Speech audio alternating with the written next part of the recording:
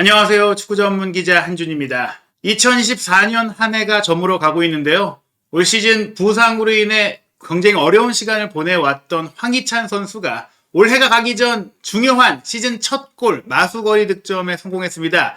그것도 강등권 위기에 몰려있던 정말 최악의 상황에 있던 울버햄튼 원더러스가 맨체스터 유나이티드와의 정말 중요했던 경기 2대0의 승리, 쐐기를 박는 결정적인 득점을 올린 것인데요. 울버햄튼이 새로 부임한 비토르 페레이라 감독과 함께 신바람 2연승을 거뒀고 또 황희찬 선수 역시 점차 출전 시간과 비중을 늘려가면서 자리를 잡아가고 있습니다. 황희찬 선수의 첫 골 어떻게 나왔는지, 그리고 울버햄튼이 어떻게 맨유를 제압하고 강등권 탈출에 성공했고, 또 올해 마지막 경기가 될 코리안 더비 토트넘과의 경기에 대한 기대감까지 올리고 있는지 주요 장면과 세부 기록 총정리해드리도록 하겠습니다. 울버햄튼 원더러스가 박싱데이에 열린 2024-2025 시즌 프리미어리그 18라운드 홈 경기에서 맨체스터 유나이티드의 2대0의 완승을 거뒀습니다. 이날 승리로 승점 15점을 얻게 된 울버햄튼은 강등권 순위였던 18위에서 17위로 한 계단 올라섰는데요. 물론 승점 15점은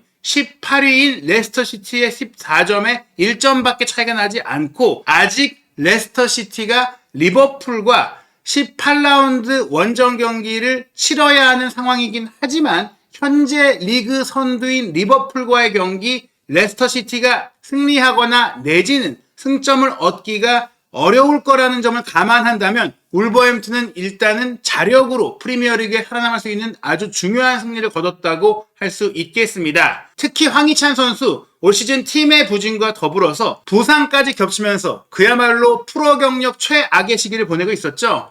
울버햄튼이 지난 여름 이적 시장 기간 동안 로베르토 데체르비, 이탈리아의 천재 전술가가 브라이튼을 성공적으로 이끌다가 올랭피크 마르세유로 전격 이적했잖아요. 이 마르세유로 가서 매일같이 황희찬 선수에게 전화 연락을 할 정도로 영입하려고 정말 공을 들였지만 황희찬 선수는 그런 관심에 대한 고마움을 표하면서도 프리미어리그 도전에 대한 의지를 가지고 고사를 했었잖아요.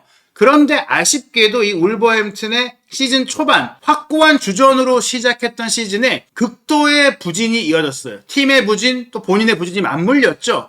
그러한 상황 속에서 지난 10월 중순이었죠. 발목 부상이 찾아오면서 한 달 넘게 결장을 했고, 그런 과정 속에 점차 줄어든 출전 시간은 아예 결장하는 상황까지도 이어지면서 굉장히 어려운, 정말 어떻게 보면은 울버햄튼 팀 내에서의 비판뿐 아니라 본인이 마르세유로 갔어야 했을까? 정말 많은 이런 생각이 들 정도의 어려운 시기를 보내야 했습니다. 그 과정 속에 또 본인이 못 뛰는 경기에서 팀의 연패도 이어졌고, 울버햄튼이 2부 리그로 강등될 거라는 많은 어려운 얘기들이 나온 가운데 게리 오닐 감독이 결국엔 전격 경질됐거든요. 그 경질 이후 김민재 선수와 또 인연이 있었던 페네르바체를 이끌기도 했었고 또 아시아 무대에서 활동을 하기도 했던 포르투갈의 또 다른 감독이죠. 비토르 페레이라 감독이 최근 부임을 했는데 이 비토르 페레이라 감독의 부임과 함께 팀이 반등하기 시작했습니다. 강등권 경쟁팀이죠. 레스터시티와의 17라운드 경기, 페레이라 감독의 부임 첫 경기에서 3대0의 완승을 거뒀는데요. 그 경기 황희찬 선수도 후반전 막판 16분 동안을 소화하면서 교체 자원으로서 자신의 역할을 충분히 했다는 평가를 받았습니다. 그 전 입스위치 타운과의 경기도 교체로 나오면서 사실 최근 교체 자원으로 꾸준히 경기를 뛰면서 감각을 끌어올리고 있었거든요. 그러한 과정 속에 이번 18라운드 맨체스터 유나이티드와의 경기는 황희찬 선수의 올 시즌 리그 12번째 경기 출전만에 마침내 시즌 첫 골을 터뜨린 경기가 됐고요. 또한 최근 3경기 연속 교체 출전을 통해서 또 비토르 페레이라 감독이 부임하면서 출전 시간도 늘어나고 있는 그런 상황 속에서 팀의 기세, 본인의 기세가 함께 올라오고 있다는 점에 있어서 주목할 만한 결과였습니다. 게다가 이번 경기는 이전 입스위치 타운전과 레스터시티전의 출전 시간이 20분이 채 되지 않았었는데 74분에 게데스 대신 투입이 됐고 또 투입되어서 뛰었던 그 시간 내내 굉장히 치명적인 장면을 여러 차례 만들 정도로 좋은 활약을 펼쳤기 때문에 앞으로 좀 더 많은 활약이 기대된다. 게다가 최근 정말 절정의 폼을 보이고 있는 브라질 대표 공격수 마테우스 쿠니아가 선제골을 넣은 것에 이어 황희찬 선수의 골을 돕는 등 1골 1도움의 원맨쇼를 펼쳤잖아요. 네토와 함께 사실은 황희찬, 쿠냐, 네토의 트리오가 울버햄튼의 돌풍을 이끄는 핵심 공격 라인이었는데 황희찬 선수의 부상, 네토의 이적 이런 문제들 속에서 지금은 쿠냐 선수가 거의 혼자 독보적인 활약을 펼치고 있는데 이번 경기 쿠냐가 어떻게 보면 황희찬 선수의 길을 살려주기 위해서 골을 만들어주기도 했고 또 서로 간의 호흡이 잘 맞는 모습들을 봤을 때는 앞으로 황희찬 선수의 팀 내 비중이 분명히 높아질 수 있고 이 골을 기점으로 자신감이 크게 살아날 수도 있다는 그런 기대감을 줬다고 볼 수 있습니다. 이날 경기 기록을 보시면 울버햄튼이 충분히 이길 자격이 있는 플레이를 펼쳤어요. 물론 후반 초반에 맨체스터 유나이티드의 주장인 브루노 페르난데스가 경고 2회의 그 파울로 퇴장당하는 상황이 결정적인 변수가 되기도 했지만 그 전에도 사실은 울버햄튼의 경기력이 좋았거든요. 2대0으로 이긴 이번 경기 슈팅 숫자 울버햄튼이 7개, 맨유가 11개였지만 유효 슈팅은 4대4였고 또 볼 점유율도 51%로 울버햄튼이 근소 우위였으며 옵타 기준 기대 득점값도 울버햄튼이 0.87골로 0.35골로 거의 득점에 근접한 기회를 만들지 못했던 맨유보다 더 좋은 경기를 했다라는 지표가 드러납니다. 실시간 공격 위협도 그래프를 보더라도 경기 시작부터 울버햄튼이 굉장히 공격 기세를 높였고 물론 그 다음에 맨유의 반격이 있기도 했었죠. 이런 오가는 상황들 속에서 그래도 전반전에 더 좋은 경기를 펼친 것은 울버햄튼이었고 또 후반전 들어서도 초반에 잠깐 맨유의 공격이 있었지만 브루노 페르난데스가 퇴장당한 이후부터는 완전히 울버햄튼의 공격 일방적인 경기가 펼쳐졌습니다. 울버햄튼이 선제골을 넣은 이후에는 수적 열세임에도 불구하고 맨유가 과감한 공격 교체를 통해서 사실은 5명의 교체 카드를 모두 사용하면서 반전을 노렸지만 경기 막판 잠깐 공격 기회가 왔던 그 이후에 오히려 내려섰다가 역습했던 울버햄튼이 황희찬 선수의 추가골로 확실한 2대0 승리의 쐐기를 박으면서 완승을 거두게 됐는데요. 마크 스탯에서 공개한 기대 득점값을 보면 양 팀의 공격 퀄리티의 차이가 더 크게 벌어졌습니다. 울버햄튼의 기대 득점값이 1.33골, 맨유의 기대 득점값이 0.4골로 3배가량의 차이가 날 정도로 울버햄튼의 공격이 더 좋았다라는 평가였고요. 맨유 같은 경우에 역시 이 아모린 감독 체제의 공격적인 축구, 빌드업 축구의 리스크가 드러나지 않았느냐. 수비 라인의 높이가 맨유가 47.9m로 매우 높았는데 물론 이 점은 아무래도 끌려가던 맨유가 막판 수적 열세에도 총공세를 펴야 했던 상황 속에 뒷공간을 계속 내줬던 문제가 있어서 나온 기록이기도 하지만 결국 그 라인 컨트롤 실패, 특히나 교체로 들어온 황희찬 선수의 배후 공격, 역습 공격에 대해 전혀 대비하지 못하고 흔들렸던 점들을 생각을 한다면 맨유가 아모린 감독과 함께 재건될 수 있을까? 부활할 수 있을까라는 우려가 나왔고 반면에 울버햄튼은 비토르 페레이라 감독과 함께 충분히 잔류할 수 있겠다. 그리고 이 감독은 황희찬 선수의 잠재력을 잘 끌어낼 수 있겠다라는 긍정적인 신호를 얻었다고 볼 수 있겠습니다. 이날 양팀의 선발 명단 보시면 울버햄튼은 장신 공격수 라르센을 최전방에 두고 처진 공격수로 쿠냐와 게데스를 배치한 3-4-2-1 포메이션이었는데요. 주제사 골키퍼가 이 페레이라 감독 체제에서는 다시 주전 골키퍼로 돌아왔고 토티 고메스, 부에노, 도허티의 3백인데 본래 풀백 자원이자 윙백으로 뛸 수 있는 도허티를 오른쪽 센터백으로 배치하면서 3백으로서 후방의 숫자를 채우면서도 공격 상황에서는 도허티가 공격에도 가담할 수 있고 질 좋은 패스를 뿌릴 수 있는 하이브리드 전술을 썼다고 볼 수 있어요. 왼쪽 윙백으로 아이트누리, 오른쪽에는 넬송 세메두를 배치해서 사이드 공격도 펼치고 또 중앙 미드필더로 안드레와 주앙 고메스는 엄청난 활동량과 더불어서 탈압박 능력 그리고 공격 전개력도 동시에 갖고 있다 보니까 이 전술적인 구조가 굉장히 안정적이에요. 수비 상황에서는 5백이 되고 이 로우 블록대의 숫자뿐 아니라 미드 블록이나 전방 압박 시에는 쿠냐, 게데스, 고메스, 안드레가 중앙에 사각형 블록을 만들어서 중앙 공간도 통제했고 수비로 내려갔다가 공격으로 전환될 때는 장신, 라르센, 속도가 좋은 게데스, 또 결정력과 3자 움직임이 좋은 쿠냐의 장점을 두루 활용하면서 선수들의 장점을 쏙쏙 뽑아내는 축구를 펼친 게 바로 페레이라의 울브스라고 할 수 있겠죠. 맨유는 아모린 감독이 역시 마찬가지 비슷한 3-4-2-1 포메이션을 썼는데 이 선수들의 개별적인 강점을 살리지 못하는 모습을 보였어요. 호일룬을 최전방에 놨지만 고립됐고 이성 공격수 아마드 디알로와 브루노는 한 명은 플레이메이커 한 명은 윙어였는데 따로 노는 모습을 보였고요. 그 배경에는 좌우 윙백을 너무 수비적으로 배치했던 부분들 최근에 물론 아마드가 전진 배치되고 있는 부분이라든지 말라시아가 너무 부진했던 부분들을 생각하더라도 왼쪽에 달로 오른쪽에 마즈라이를 배치했는데 이 선수들이 차라리 3백에 스토퍼로 뛸 때 공격 가담도 하면서 수비도 커버하면 좋을 텐데 아예 공격적인 윙백 역할을 맡겨놓으니까 공격 전개는 안 됐습니다. 공격이 답답해졌죠. 또 두 명의 미드필드 라인도 메이누와 우가르트를 배치를 했는데 이 두 선수가 분명 수비적인 방점이 더 찍혀있는 선수들이다 보니까 결국 종합적으로 봤을 때는 공격 창의성을 발휘할 수 있는 선수가 그라운드 위에 너무 적었다. 3백 리산드로와 맥과이어 요로 같은 경우도 서로의 호흡이 좋지 않았던 것은 물론이고 리산드로는 높이의 문제, 맥과이어는 속도의 문제, 요로는 경험의 문제를 동시에 노출한 데다가 오나나 골키퍼도 이날 흔들리는 모습을 보이면서 아모린 감독이 정말 팀을 위한 최적의 전술을 찾을 수 있는 적임자인지에 대한 물음표가 달렸어요. 게다가 후반전에 교체 출전시킨 선수들의 면면들을 봤을 때는 울브스 같은 경우에는 이 토미 도일 선수가 가장 먼저 들어갔고 그 직후에 황희찬 선수가 들어갔는데 토미 도일의 롱패스가 쿠냐를 거쳐 황희찬 선수의 쐐기골이 연결되면서 교체에 들어간 선수들이 전술적인 역할을 준비한 대로 잘해줬다. 그 외에 호드리고 고메스라든지 크레이그 도슨 그리고 벨레가르드 같은 선수들도 각자의 역할 교체 아웃된 선수들의 역할 그리고 수비 숫자를 채워준다는 부분이라든지 리드를 지키기 위한 부분들 각각 다 잘해줬어요. 그리고 맨유는 교체로 들어간 베테랑 미드필더 카세미루가 사실 어떤 영향력을 발휘하기가 어려웠고 에릭센도 조용했고 안토니는 역시나 기대보단 잘했다고 할 수 있어도 치명적이지 못했죠. 가르나초 같은 경우에는 황희찬 선수의 쐐기골 과정에 치명적인 또 턴오버를 발생하면서 디알로 대신 들어갔지만 아마드 대신 들어갔지만 오히려 마이너스적인 효과를 냈고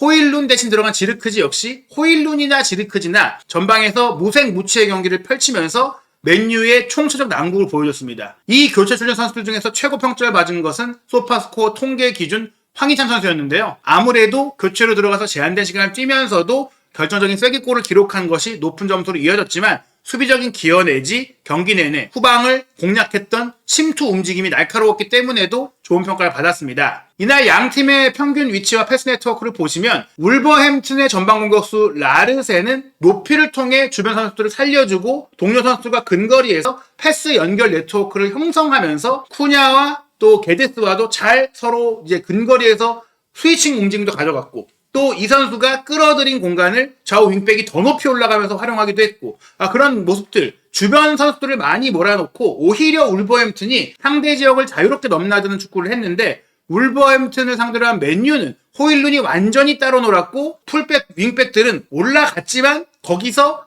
연결되는 패스, 전방으로 줄 수 있는 패스 고리가 없었어요. 물론 후반전에 브루노 페르난데스가 퇴장당하면서 창의성의 문제가 생긴 것도 있지만은 전술적으로 특히 파이널 서드 지역에서 선수들이 길을 찾지 못하는 부분들은 아모린 감독의 숙제가 많다. 그런데 부임한 지 시간이 더 짧은 페레이라 감독이 그 해결책을 찾았다는 점들은 상대적으로 아모린 감독이 과대평가된 게 아닐까? 이런 얘기까지 나오게 하는 것이죠. 황희찬 선수의 개인적인 기록을 보면 74분 곤살로 게데스 대신 출전을 해서 16분, 추가 시간을 포함한다면 27분가량을 뛰었습니다. 추가 시간이 10분이나 주어졌기 때문에 거의 30분 가까이 경기를 뛰었다고 할 수 있는데요. 황희찬 선수가 오른쪽을 기반으로 최전방을 파고들기도 했고 수비 상황에서는 문전까지 내려와서 클리어링도 하나를 기록을 했어요. 패스 성공률이 이날 75%로 낮게 나왔지만 패스한 횟수 자체가 적었기 때문입니다. 8번의 패스 중에 패스 미스는 2번밖에 없었죠. 6개를 정확하게 연결시켰고 제한된 시간 안에도 14번의 볼터치를 가져갈 정도로 황희찬 선수를 공격의 최전선에 놓고 총공세를 펼치는 10명의 맨유의 뒷공간을 괴롭혔던 게 페레라 감독의 교체 전략이었고요. 단 한 번의 슈팅 기회를 정확하게 또 득점으로 연결하면서 골을 넣었는데요. 주목할 기록이 이날 득점 찬스 리시브 기록에 있어서 황희찬 선수가 맨유 선수를 포함한 전체 기록을 보더라도 5위에 해당하고 울버햄튼 선수 중에서는 오히려 이 위치 선정을 통한 공격을 통해서 쿠냐보다 높은 리시버 기록을 보였어요. 정말 좋은 위치를 찾아다니면서 역습의 기점, 천병 역할을 했다는 것이죠. 이날 물론 중요했던 것은 전반전이 팽팽하게 오가는 과정 속에 후반 시작 2분 만에 브루노 페르난데스가 두 번째 경고를 받고 퇴장당했던 상황인데요. 이 상황은 명백한 브루노 페르난데스의 경고를 받을 만한 상황이었죠. 이걸 다이렉트 퇴장을 주긴 어려웠던 의도성을 보긴 어려운 발길질이 있었지만 세메도와의 경합 상황에서 명백하게 세메도의 정강이를 그의 부상 위험까지 불러일으킬 정도로 내려찍는 스터드로 내려찍는 상황이 나오다 보니까 이거는 경고를 안 줄 수가 없었죠. 두 번째 경고가 나와서 퇴장을 당했고 요로의 경고도 있었고 후반 초반에 또 우가르트의 경고도 있었고 기술 좋은 울버햄튼 선수들을 개별적 능력으로 또 조직적으로도 제어하지 못했던 맨유의 수비 문제가 크게 드러났습니다. 이날 경기 그 퇴장 이후부터는 계속해서 좋은 장면들을 만들어냈던 게 울버햄튼인데요. 먼저 후반 4분에는 후방에서 수비라인을 깊숙이 때려놓은 패스를 우측으로 빠져들던 세메도의 크로스 패스로 이어졌고, 이 크로스 패스를 라르센이 헤더 슈팅으로 마무리하면서 골을 넣었는데, 사실 이 컷백이나 크로스 상황에서 더 앞서간 선수가 뒤로 빼줄 때는, 공을 뒤로 빼주고 있을 때는 수비수도 앞서 있어도 옵사이드가 안 걸리게 되는데, 이 장면을 명확하게 헤더를 하는 라르센이 크로스를 올린 세메도보다 앞에 있었기 때문에 VAR 체크를 통해 이 선제골은 취소가 됐습니다. 명확하게 지금 보시면 크로스가 올라오는 시점에 옵사이드의 위치에 있던 것이 표기가 됐거든요. 하지만 이 아쉬움을 뒤로하고 10여 분 뒤인 58분, 마테우스 쿠냐가 스트라이커인데 코너킥을 차러 갔어요. 아마 미리 준비한 것 같았습니다. 코너킥을 그대로 골문 구석으로 차 넣는 카라바오컵 8강전 토트넘과 맨유의 경기에서 손흥민 선수가 넣었던 것 같은 코너킥 골을 만들어낸 거예요. 그 궤적이 손흥민 선수가 찼던 공과 굉장히 비슷했어요.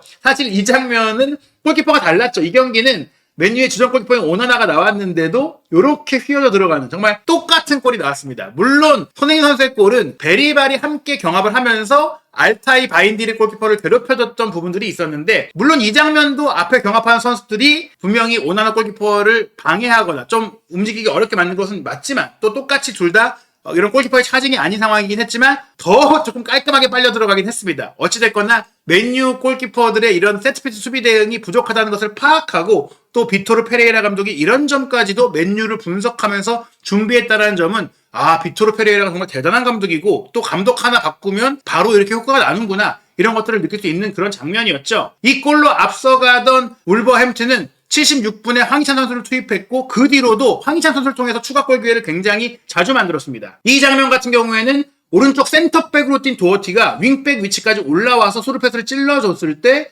세메도가 사이드 간격을 벌려주고, 오른쪽 공격수로 뛴 황희찬 선수가 이 뒷공간 수비의 추격에도 리산드로와 달로를 모두 이겨내는 그 속도 스프린트를 보여주면서 문전 쪽으로 파고들었고, 여기서 크로스 패스를 올렸는데 앞에서 달려들어온 맥과이어가 잘랐어요. 아니었다면 충분히 어시스트가 될 수 있는, 또 추가골 될 수 있는 상황이었죠. 그리고 83분 같은 경우에는 이 쿠냐 선수가 찔러준 패스를 황희찬 선수가 또 수비수 이 달로와 리산드로 사이 공간으로 빠져나가면서 이어받게 되는데, 여기서는 달로의 태클에 걸려서 넘어지는 상황이 있었습니다. 페널티 에어리어 딱 바깥에서 이거 파울이 아닌가 싶었는데 먼저 공을 건드린 것이 포착이 되면서 파울이 되지는 않았지만, 그래도 이렇게 좋은 위치 선정, 오프사이드 트랩을 깨는 움직임, 기민한 판단과 또 좋은 컨트롤, 게다가 부상 복귀 이후 확실하게 이제 몸이 좋아졌다는 것을 보여줬기 때문에 황희찬 선수가 공을 잡을 때마다 위협적인 상황이 나왔어요. 후반 추가 시간 4분 같은 경우에는 황희찬 선수가 또 앞에서 롱볼을 맥과이어와 경합하는 상황에서 맥과이어가 조금 황희찬 선수를 밀면서 파울하는 듯한 모습도 있었고, 그 공이 또 손에 맞는 장면들도 있었는데,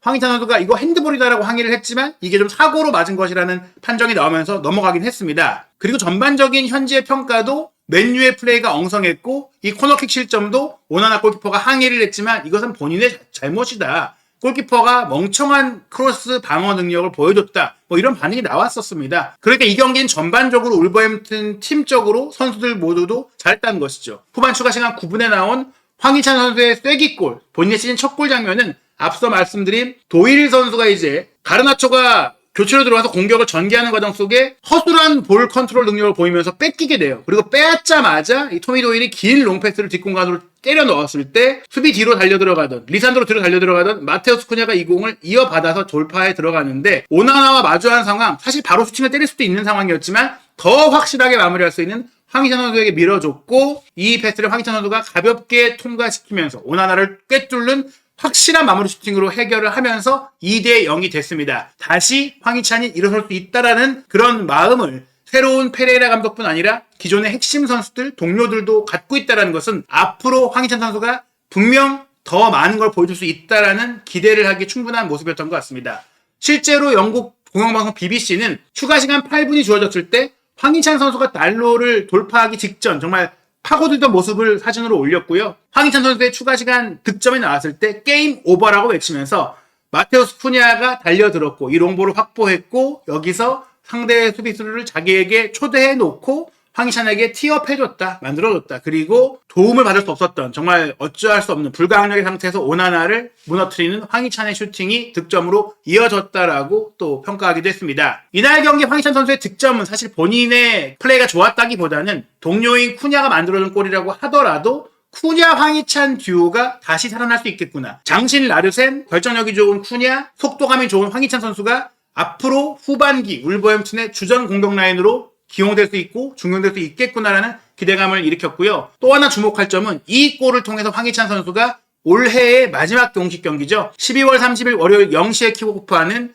프리미어리그 19라운드 토트넘과의 경기, 손흥민 선수와의 경기에도 출전이 기대되고 이 경기 결과를 통해서 울버햄튼이 확실히 중위권까지 또 바라볼 수 있는 상황, 내지는 토트넘은 강등권으로 떨어질 위기, 이 상황이 또 연결될 수 있다는 게 주목할 상황인 것 같습니다. 울버햄튼의 새해 첫 경기 1월 7일 경기는 돌풍의 팀 노팅엄이기 때문에 정말 어려운 일정이 예상되지만 이 기세라면 울버햄튼이 또 이변을 일으킬 수 있지 않을까라는 기대감이 나오고 있고요. FA컵 3라운드 브리스톨 시티전은 황희찬 선수가 선발 선수로서 기회를 얻을 것으로 기대가 되고 이어지는 뉴캐슬, 첼시, 아스널, 에스턴 빌라, 리버풀과의 연속된 빅매치 속에서는 분명히 강행군 일정이기도 하고 또 황희찬 선수에게 기회가 더 찾아올 수 있고 이런 경기들에서 활약을 한다면 다시금 황희찬 선수가 주전 자리를 꿰차고 전반기의 아쉬움을 후반기 페이레이라 감독과 함께 채울 수 있지 않을까 그런 기대가 들고 있습니다. 울버햄튼이 승점 15점이라고 말씀을 드렸는데요. 19라운드 토트넘과의 경기에 만약 승리한다면 승점 18점이 되고 그럴 경우 토트넘과의 승점 차가 5점까지 좁혀지는 상황이 됩니다.